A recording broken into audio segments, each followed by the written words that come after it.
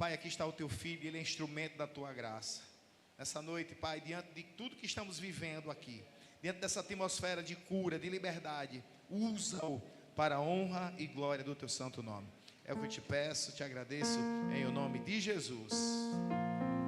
Graças a Deus, igreja. Vamos adorar mais um pouco. Amém?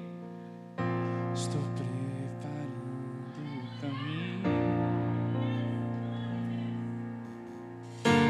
e direitando as veredas, e cada vez mais diminuindo, porque importa que ele cresça.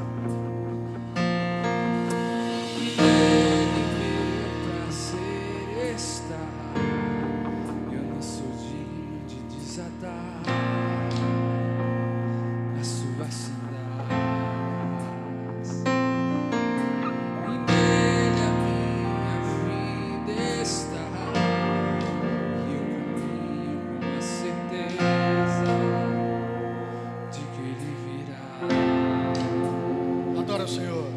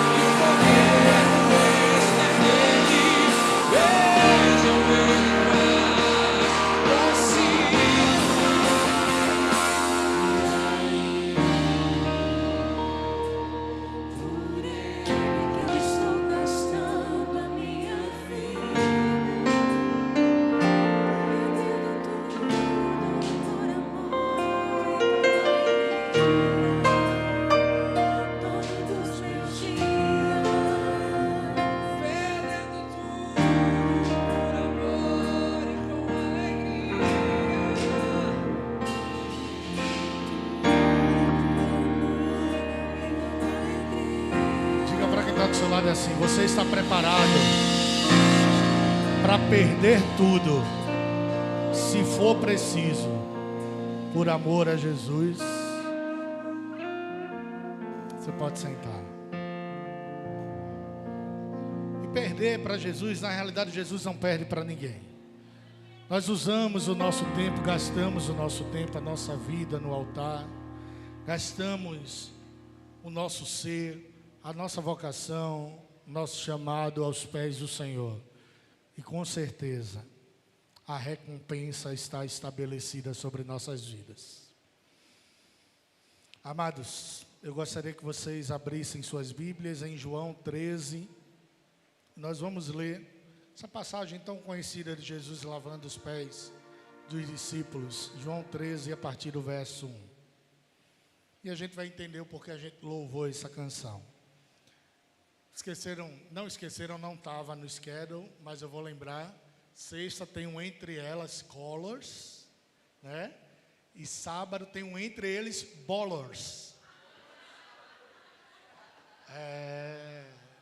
Ballers.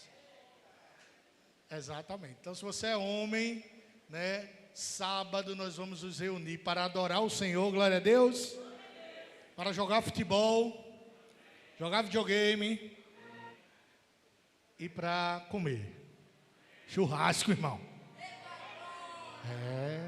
Os homens dessa guerra vão ficar atrás. Não, que é isso? Entre eles, homens de verdade. Venha também você fazer parte. Vai ser bênção, ainda há vaga para vocês.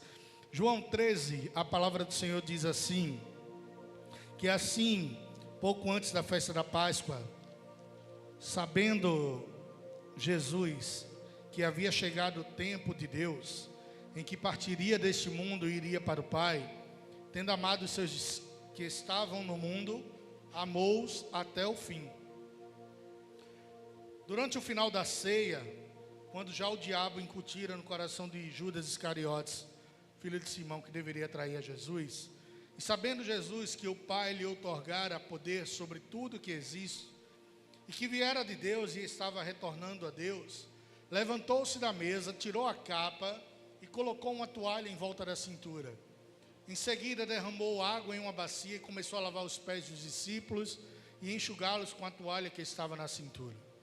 Aproximando-se Simão Pedro, que lhe disse, aproximou-se: Senhor, vais me lavar os pés? Respondeu-lhe Jesus: o que eu faço agora não podeis compreender, todavia compreendereis mais tarde. Disse-lhe Pedro: Senhor, jamais me lavarás os pés.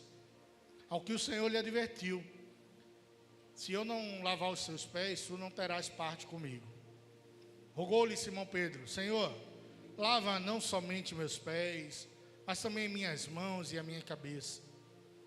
Explicou-lhe Jesus: quem já se banhou, precisa apenas lavar os pés. O seu corpo já está completamente limpo. Vós também estáis limpos, mas nem todos. Pois Jesus sabia quem iria traí-lo, e por isso disse que nem todos vós estáis limpos. Após haver lavado os pés dos seus discípulos, tornou a vestir a capa, voltou a sentar-se à mesa e lhes indagou: compreendeis o que eu vos fiz? Vós me chamais mestre e Senhor, e estáis certos, pois eu de fato sou. Dessa maneira, se de vós eu sou o Senhor e mestre, e ainda assim vos lavei os pés, igualmente vós deveis lavar os pés uns dos outros. Dei-vos um exemplo para que, como eu vos fiz, também vós façais. Em verdade, vos afirmo que nenhum escravo é maior do que o seu senhor, como também nenhum enviado é maior do que aquele que o enviou. Portanto, se vós compreenderdes este ensinamento e o praticardes, abençoados sereis. Amados, o tema da mensagem de hoje é a lógica do reino de Deus. E se eu desse um outro tema para essa mensagem, seria: o evangelho é contracultural. Por que contracultural? O que é cultura? Cultura nada mais é do que um conjunto de normas, regras, leis, etiquetas, que são éticas pequenas. Então, quando a gente chega num lugar, a gente pratica uma etiqueta: bom dia, boa tarde, boa noite. Na igreja, graça e paz, paz do Senhor, que são estabelecidas por uma determinada sociedade. Mesmo num mesmo país, é possível haver culturas diferentes. Às vezes a gente pensa que cultura é só as manifestações de dança, de música de um determinado povo, mas não é apenas isso. É também a forma como um determinado povo se comporta diante das situações que lhes são apresentadas. E muitas vezes, essas normas, leis, etiquetas, condutas, regras, elas não condizem com o que para nós cristãos é a nossa bússola moral e espiritual. Quantos estão com sua Bíblia na mão? Pegue ela aí. Se você está com sua Bíblia, você pega ela fisicamente, segura ela. Se está no seu aplicativo, você pega ele. Se não está, você fica quietinho aí. Ou então você diz assim: a tua palavra guardei no meu coração, para eu não pecar contra ti. A palavra está em você. Segura ela. Essa é a nossa regra de fé, de moral, de ética e espiritual. Quantos podem dizer amém? E por algumas vezes nós vamos ver o mundo dizendo A e a palavra do Senhor dizendo B. E convém fazermos B, porque convém agradar a Deus que está nos céus, ao invés de agradar os homens. Sim, aquelas leis, normas ou condutas que são universais e que não se contradizem com a palavra do Senhor, a gente pratica normalmente, através daquilo que é dentro da lei ou daquilo que é dentro da ética. Mas o que não é, a gente faz uma pequena rebelião espiritual. Imagine, se legaliza-se determinadas situações, nós vamos seguir.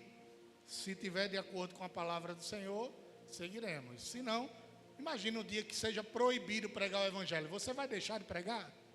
Não. Você vai continuar pregando o evangelho de Jesus Cristo, em tempo e fora de tempo, permitido ou não permitido. Glória a Deus que nesse momento nós temos ainda permissão para pregar o evangelho do Senhor. Então, cultura é toda norma, lei, regra estabelecida por uma sociedade e seguida por ela. O que é proposto por Jesus Cristo e sua palavra é contracultural. Entenda, não é contra a cultura de um local, mas sim é uma nova perspectiva, uma nova realidade. O estabelecimento do reino de Deus determina que as coisas que eram conduzidas de uma forma, agora passam a ser conduzidas sob a ótica do reino de Jesus. E sob o olhar de Jesus, algumas determinadas condutas que antes eram adotadas, agora são trocadas por outras. E é por isso que hoje a gente vai falar sobre algumas lógicas que para o mundo parece ser loucura, mas que nós devemos seguir, porque essa é a lógica do reino de Deus. Eu começo, amados irmãos, com um exemplo. Na década de 70, especificamente no ano de 1970, o Brasil ganhou pela terceira vez a Copa do Mundo de Futebol, com aquele que viria a ser conhecido como um dos melhores times de todos os tempos. Pelé, Tostão, Jairzinho, furacão da Copa, Zagallo como técnico. E tinha um cara que era o cérebro do time. E pasmem, não era o Pelé nem era o Rivelino. Era um cara chamado Gerson. E esse Gerson ficou muito conhecido, não apenas por ter ganho a Copa em 1970, mas através de uma propaganda de cigarros que eu queria mostrar para os irmãos. Isso aconteceu no ano de 1976, para vocês entenderem o que é cultura.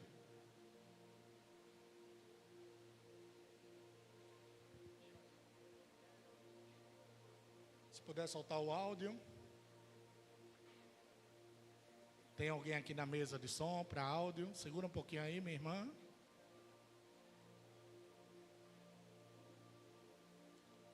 Lá vem ele.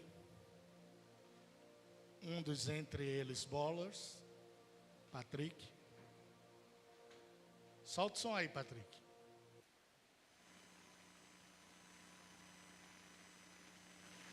Pode soltar. Gerson, cérebro do time campeão do mundo de 70. Você que sempre fumou, por que Vila Rica? É difícil dizer porque se gosta de um bom cigarro, certo? Eu gosto de Vila Rica porque ele é gostoso, suave e não irrita a garganta. Olha a cor deste fumo. E o filtro longo suaviza mesmo. Por que pagar mais caro se o Vila me dá tudo aquilo que eu quero de um bom cigarro? Gosto de levar vantagem em tudo, certo? Leve vantagem você também. Leve Vila. Gerson, sério. Talvez vocês não conseguiram entender que é uma propaganda antiga, mas o entrevistador pergunta assim ao Gerson, pode acender as luzes. Gerson, por que você escolheu o cigarro Vila Rica? E o Gerson olha para ele e diz, olha, eu gosto de levar vantagem em tudo. E eu sei que você também gosta de levar vantagem.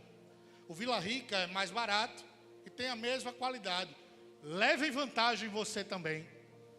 Isso ficou entranhado na cultura brasileira, conhecido como a Lei do Gerson. Diz que anos depois, Gerson se arrependeu de ter feito tal propaganda. Porque aquilo atrelou, não ao que ele conduziu o Brasil a ganhar um campeonato mundial, mas sim a lei da malandragem. No Brasil, no mundo todo, o Brasil é conhecido como o país do jeitinho. Do jeitinho, quando a gente está irregular e corrompe o guarda. O jeitinho que para diminuir a conta de luz, a gente faz um macaco ou gato, depende do local do país onde se chama, ou jacaré no hidrante. O Brasil, lá fora, é muitas vezes mal visto e chamado de o país dos espertos. Tem uma parte que está cortada nessa propaganda que ele diz isso. O mundo é dos espertos.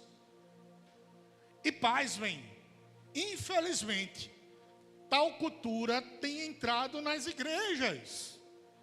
A igreja dos espertos, a igreja dos malandros, a igreja que não importa se vai ferir a ética ou a palavra de Deus, o importante são números, não são pessoas, são dados. As pessoas não são tratadas mais como corações e como mentes, como almas e espíritos. Elas são tratadas unicamente como cifras. Diga comigo assim, misericórdia. O Brasil, durante muito tempo, as pessoas ficaram conhecidas, obviamente não a totalidade das pessoas, como levar vantagem em tudo é bom, o jeitinho brasileiro é o correto e o mundo é dos espertos. Parece até o Darwin falando, né? O mundo é dos mais fortes. Porém, o que Jesus nos ensina é contracultural. Não tem absolutamente nada a ver com isso. Deixa eu falar uma coisa para você. Para subir para os céus, não tem jeitinho brasileiro. E a gente vai fazer um engembrado aqui para conseguir um terreninho para tu no céu. Está repreendido, meu irmão. Para subir para os céus tem que ter uma vida no altar, vida de santidade, guiado pela nossa bússola moral, palavra do Senhor. A palavra encarnada, Jesus Cristo, habita em nossos corações. E diante disso, por uma porta extremamente estreita, é que a gente vai passar, porque é difícil passar por ela. Mas se você ouvir em algum lugar, em outra igreja, alguém dizendo assim, vinde como estás, permaneça com seus pecados de estimação, pode ter certeza que é a igreja do Gerson. É a igreja dos espertos. É a igreja do jeitinho. Mas a Cristo é o tema, é a igreja de Jesus Cristo. Na lógica do mundo, o líder é bajulado.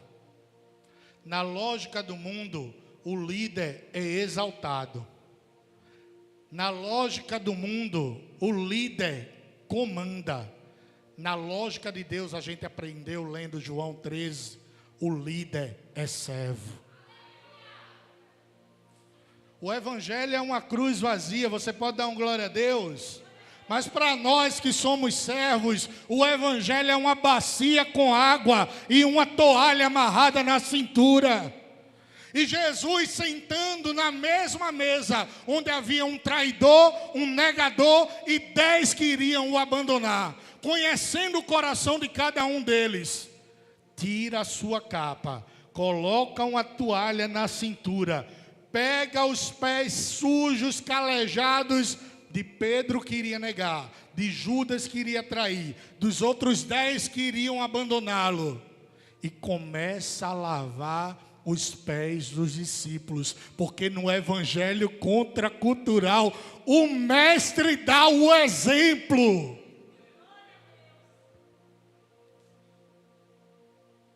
E eu vejo sobre esse lugar, pastor Cássio, bacias com água.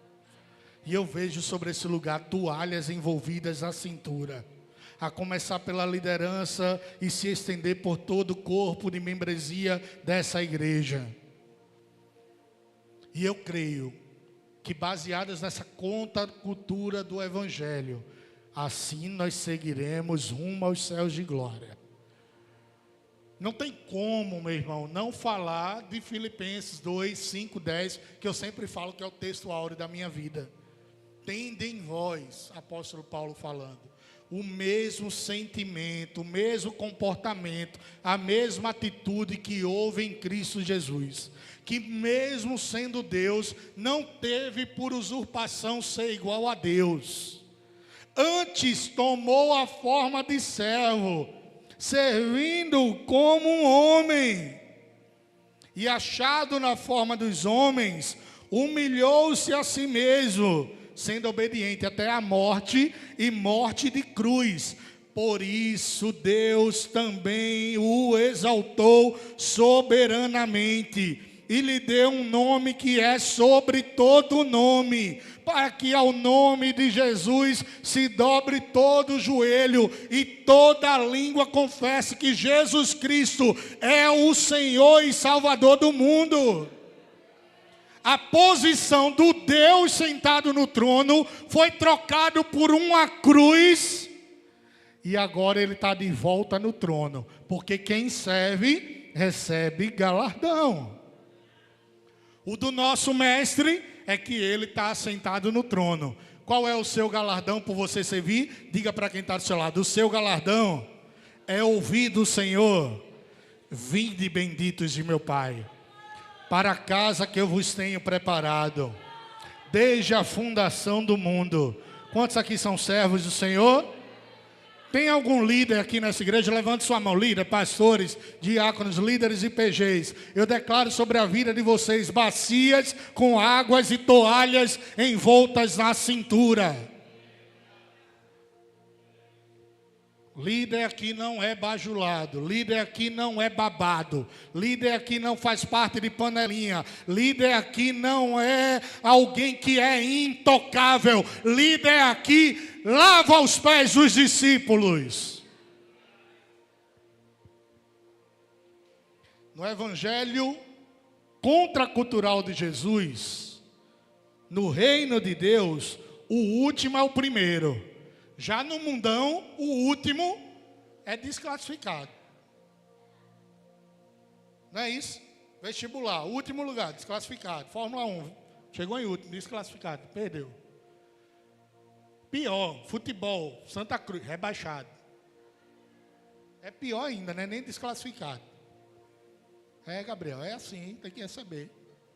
É, Will, é isso mesmo, é a verdade. Né? Rebaixado ainda mais. Mas no evangelho de Jesus, o último é o primeiro. Mateus 20. Jesus começa a falar a parábola do dono da vinha. Diga para quem está do seu lado, presta atenção. Aí Jesus começa a dizer assim: certo homem tinha uma vinha, e chegou o dia da colheita e consequentemente o dia do pagamento. E ele percebeu que a quantidade de trabalhadores na vinha não eram suficientes. Sobre a Cristotema, a quantidade de trabalhadores não é suficiente ainda. Vai chegar mais. Aí o dono da vinha sai em busca de novos trabalhadores. E ele chama uma leva às 9 da manhã, outra leva às meio-dia, outra leva às 9, às 3 da tarde e outra às 6 da noite. Termina a colheita e ele começa o pagamento. E pasmem, ele começa pagando quem chegou por último. E aqueles que já trabalhavam com ele, recebem no final. Eita, que dono injusto, né? Não. De quem é a vinha? De quem é a vinha? É dele. Quem é que acertou o salário? É ele. Tenho certeza que ninguém ali foi enganado não, pastor Lama. E o detalhe, o que os últimos receberam foi o mesmo valor que os primeiros receberam. Aí há uma rebelião. Mas mestre, dono da vinha, eu ia chamar de vinheteiro. A vinheteiro é outra coisa, né? Vinícola, deve ser alguma coisa, viniculador, sei lá. Cara lá do Rio Grande do Sul, rapaz, a gente chegou primeiro, está recebendo por último e ainda recebe o mesmo tanto.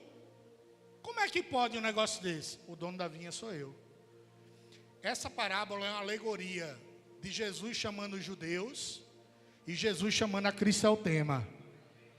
Ele revelou sobre os judeus: venham, vocês estão há muito tempo trabalhando comigo, mas o pagamento está garantido.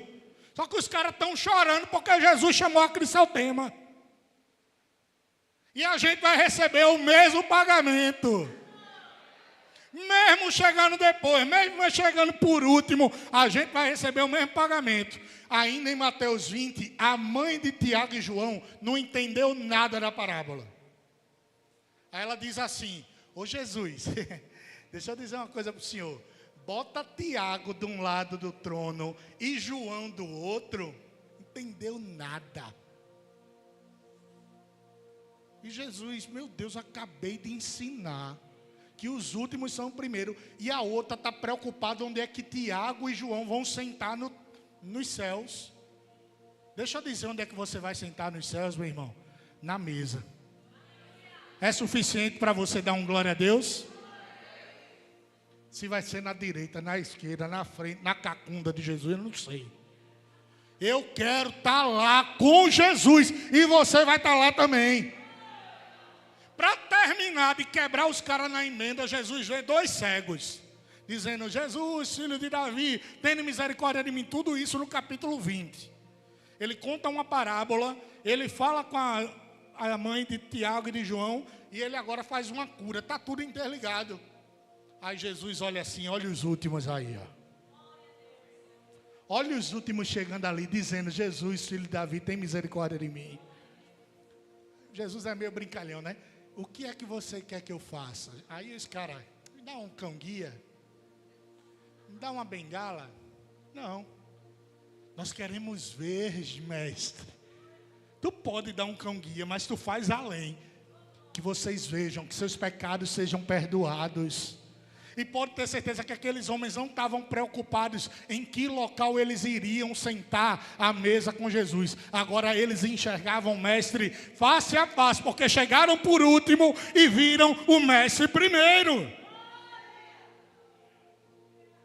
Diga comigo: na cultura do evangelho, diga mais forte, irmão, na cultura do evangelho, o líder é servo, o último é o primeiro, e o pequeno é grande. Vamos entender? Coloca aí, minha irmã, Lucas 9, 46 ao 48.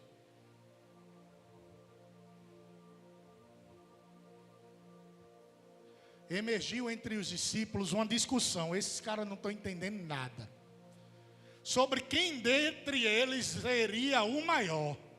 Os caras: rapaz, eu acho que é Pedro, eu acho que é João. Mas Jesus, conhecendo os seus anseios mais íntimos, tomou uma criança, colocou-a em pé ao seu lado e afirmou: quem recebe essa criança em meu nome, recebe a minha própria pessoa. E quem me recebe está recebendo aquele que me enviou, o Pai. Portanto, aquele que entre vós for o menor, este sim é o grandioso. O que é que diz a cultura do mundo? O maior é o maior. E o menor é o menor. É o anão lá da Cinderela. E eu nem pensei na Cinderela da Disney. Eu pensei na Cinderela do Canal 2. É Cinderela. É Sete Anões, mesmo? É Branca de Neve, é? E por que ela é Cinderela e tem um anão? Agora eu fiquei confuso, pastor. Vou mandar essa pergunta para a TV Jornal. No mundo, o maior é o maior. Maior time, maior estado, maior economia. Mas no Evangelho de Jesus, o menor é o maior. Os caras estão discutindo entre eles quem é o maior. Aí Jesus pega um catarrento, que o pastor Lama sempre fala, coloca em pé do lado dele e diz: olha, tá vendo esse aqui? Você pensa que uma criança naquela época, feita as que estão lá dentro, cabelinho escovado, né? Limpinha, cheiro. Uns da gente às vezes tem uns grude. Não é isso? Imagina uma criança de 2000 anos atrás. Cheia de remela, de catarro, mal comportada. Aí Jesus olha para eles e diz: ó, estão vendo esse aqui, ó? Aquele que entre vós for o menor, esse sim é grandioso, porque no evangelho contracultural de Deus, importa que nós diminuamos. Que ele cresça, que eu diminua, que ele apareça, que eu me constranja com a sua glória e todo o seu amor, infinita humildade, servo de todos os irmãos. Lucas 7. Jesus olha para João Batista e diz assim, ó, tá vendo ele? Dos nascidos de mulher, esse é o maior que já teve. João poderia, né? Uau, eu sou o maior, maior do que Moisés, maior do que Elias, maior do que Noé, do que Adão. Aí Jesus, calma. Porém, qualquer um que for o menor do reino dos céus será maior do que João. Eu estou vendo alguns maiores do que João aqui hoje. Porque se fazem pequenos, porque não precisam aparecer, porque são crentes dos bastidores, mas continuam sendo crentes. E se você não é um crente dos bastidores e está em algum holofote aqui, que seja para a honra e glória do Senhor, mas que você diminua e ele cresça. No evangelho contracultural de Jesus, o louco é sábio.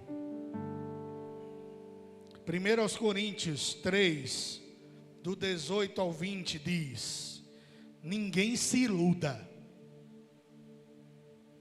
Se qualquer pessoa entre vós se considera sábia, essa palavra é para mim, viu? Eu, que muitas vezes acho que sou demais, começa a porrada em mim, e eu me exponho aqui. De acordo com os padrões desse nosso tempo, então é melhor tornar-se insensata para alcançar a sabedoria. Louca. Porquanto a sabedoria deste mundo é loucura aos olhos de Deus, pois está escrito, ele apanha os sábios nas próprias artimanhas deles. E mais, o Senhor conhece o pensamento dos sábios, são elucubrações vãs, são vãs filosofias. Você já viu aqui o cara pregando lá na macaxeira? Quem já viu aqui? Eu já vi. O pastor já viu indo lá para a Federal. Sabe qual o nome que aquele cara leva, pastora Débora? Louco. Mas deixa o louco pregando o evangelho. Sabe que nome muitas vezes a gente leva aqui na nossa igreja? Louco. Olha ali um que leva nome de louco. É mentira, pastor Leandro. Esse é louco. Tá aqui é uma loucura. Ter esse aparelho de som é uma loucura. E para onde a gente vai é uma loucura. Mas aos olhos de Deus, está nas mãos dele, vai acontecer. Importa que o mundo ache que somos loucos, mas que na realidade a sabedoria do Senhor possa inundar os nossos corações. No reino de Deus, os que choram devem sorrir. Já no reino do mundão, quem chora, tem mais que chorar mesmo. Quem chora, só chorar não é suficiente, tem que entrar numa depressão. Diga comigo, está repreendido. Se há um choro e você chora, e você tem direito a chorar, Jesus também chorou, isso não vai se tornar depressão. Mateus 5, quando Jesus está ensinando no Sermão do Monte, no versículo de número 10, Jesus começa a dizer assim: bem-aventurados, que significa felizes, os que sofrem perseguição por causa da justiça, porque deles é o reino dos céus. 11, felizes sois vós, quando vos insultarem e perseguirem, e mentindo disserem todo o mal contra vós, por minha causa. 12, exultai e alegrai-vos sobremaneira, pois é esplêndida a vossa recompensa nos céus, porque assim perseguiram os profetas que foram antes de vós. Se o mundo diz que é para você chorar, se enclausurar, se prender dentro do quarto, entrar numa ansiedade profunda, uma depressão profunda, eu quero dizer para você que Deus vai utilizar desse instrumento do choro para que você viva momentos de alegria.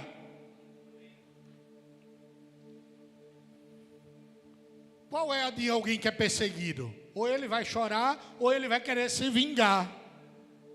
Mas nós nos alegramos e exultamos, alegria ainda maior, porque assim fizeram com os profetas que vieram antes de nós. E como boca de Deus neste lugar, perseguições virão sobre essa igreja, mas nós nos exultaremos e alegraremos no Deus de nossa salvação, porque a obra está sendo feita. No reino de Deus, o fraco é forte. No reino do mundo, o fraco é fraco. Olha lá, cara fraco, mente fraca, corpo fraco, atitude fraca, time fraco. Fraco. Só que no evangelho de Jesus contracultural, na lógica de Deus, o fraco é forte. Segundo aos Coríntios 12:10. Por este motivo, por amor de Cristo, eu posso ser feliz nas fraquezas, diga amém.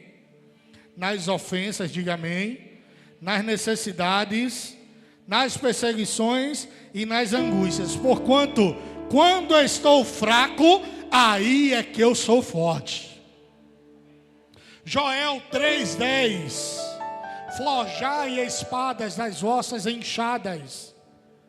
Sabe o que Deus está falando a Joel? Pega a enxada, um instrumento que é para a agricultura, e faz dela uma espada. Pega um objeto que é fraco e faz dele o objeto que vai ser a tua vitória.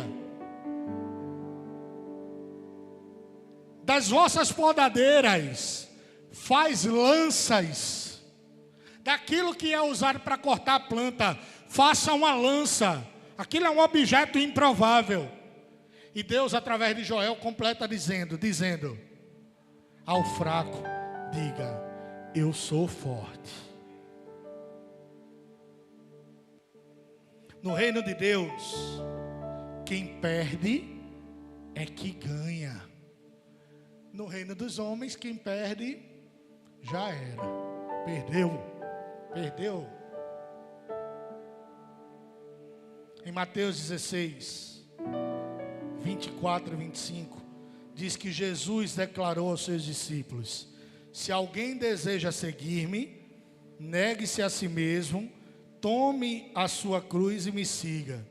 Porquanto quem quiser salvar a sua vida, perderá. E quem perder a sua vida, encontrará a vida verdadeira? Não.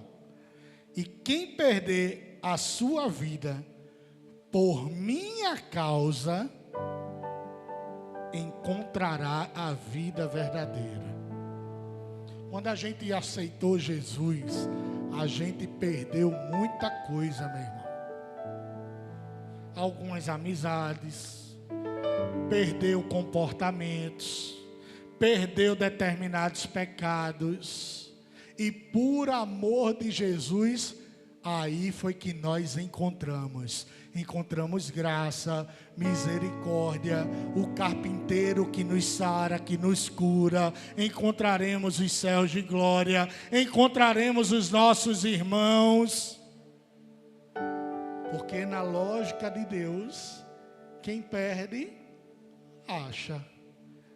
Evangelho, escute essa, não é jogo do tigrinho. Diga para quem está do seu lado: evangelho não é jogo do tigrinho. Por que evangelho não é jogo do tigrinho? Ali você acha que está ganhando, só está perdendo, só está se quebrando. Por isso, irmão, se você joga, deixe de jogar. Você sabia que o brasileiro está viciado em jogo? 20% do Bolsa Família está indo para jogo. Deveria estar indo para comida, para roupa, está indo para jogo. Porque as pessoas estão achando que esses influencers marginais. E tem pastor do Tigrinho, viu? Tem pastor do Tigrinho. Church Bet. Tem, eu já vi. Enganando os fiéis, meu irmão. Porque não bastava pastor Lamartine enganar, às vezes, na oferta e no dízimo. Agora quer enganar no Tigrinho. Diga misericórdia. Church Bet, Tigrinho, Jesus Bet, já vai ter. A gente ri, mas é para chorar, meu irmão. O negócio tem um cabo lá no Rio de Janeiro fazendo isso. Tu conhece. Não é tu que faz, não, mas tu conhece, eu tenho certeza. Tu conhece os buracos todinho ali no Rio. O evangelho não é jogo do Tigrinho, não. Que é perde, não. No evangelho a gente perde. Na realidade a gente gasta o nosso tempo e ganha a vida eterna. E eu termino com a última lógica. Talvez devam ter outras no evangelho que não me foram reveladas, mas vou ler mais a Bíblia para buscar outras. Se você conhece alguma, me procura. No final, que eu quero aprender. No reino de Deus, quem morre é quem vive. Não, você deveria ter dado um glória do maior que tivesse. No Evangelho de Jesus, quem morre é quem vive, irmão. Parábola do filho pródigo, tão explanada aqui pelo nosso pastor Lama, de forma tão brilhante. Um rapaz pede sua parte na herança, vai viver uma vida irresponsável, e é pródigo porque ele é gastador. Pródigo significa gastador, irresponsável. Gasta toda a sua parte da herança. E numa terra distante, que começa a viver uma sequidão, uma aridez, ele finalmente cai em si. Ele achava que livrar-se do pai era o verdadeiro sentido da vida. Mas somente quando ele se encontra numa condição moral, espiritual e financeira desgraçada, é que ele entende o erro que ele cometeu. E ele começa a trabalhar num chiqueiro. E no chiqueiro a palavra de Deus diz que ele comeu as bolotas dos porcos. Não, ele desejou comer. Então nem comer ele comeu. E aí ele caiu em si. Pequei contra o meu pai. Pequei contra meu irmão. Pequei contra os céus. Eu vou ter com meu pai. Porque na casa do meu pai tem uma mesa. E o que tem nela não são bolotas de porcos. É pão e vinho. E água para eu me refrescar. E leite para eu me nutrir. E um novilho cevado para eu me alimentar. Eu não quero nem ser chamado mais de filho. Eu quero ser tratado como um servo. Sabe de uma coisa? Eu vou morrer.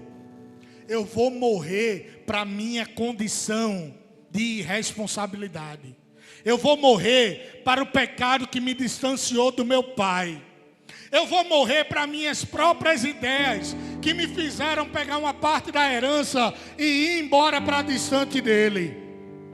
E quando aquele filho retorna para casa, o pai está esperando, dá um abraço caloroso naquele filho, coloca um anel no seu dedo, coloca sandálias nos seus pés, o veste com uma nova túnica, manda matar o novilho cevado, dá uma grande festa e explana as lógicas sublimes do reino de Deus, dizendo assim: porque ele estava morto e reviveu, ele estava perdido e foi achado. Para o mundo, o que está morto recebe uma coroa de flores, uma sepultura ou um crematório. Para Jesus, o que está morto, só basta uma palavra dele dizendo assim: Lázaro, sai para fora. Basta uma palavra dele dizendo assim: pastor Gabriel, deixa eu tocar no esquife deste caixão. Basta uma palavra dele dizendo assim: está consumado. E ao terceiro dia, aquilo que era uma lei do mundo é quebrada em Jesus. Onde está, ó morte, a tua vitória?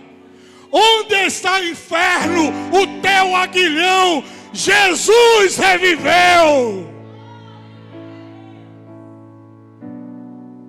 Fica de pé comigo nessa noite, meu irmão.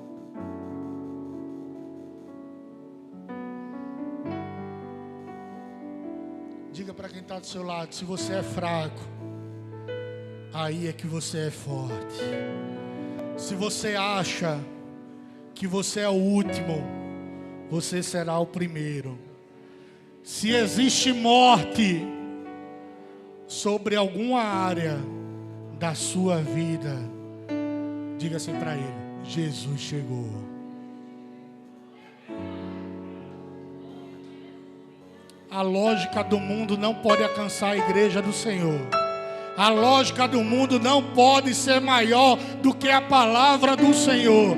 A lógica do mundo diz que não era para a gente estar aqui, mas a lógica de Deus, a gente está vivo, está de pé, está respirando, exaltando o nome dEle, esperando a sua volta. Na lógica do mundo, nenhum fenômeno vai acontecer, mas a lógica de Deus, Ele vai rasgar os céus, nós subiremos, nós veremos o Mestre face a face, porque a lógica de Deus mudou o meu quadro, mudou a tua vida, mudou a nossa história.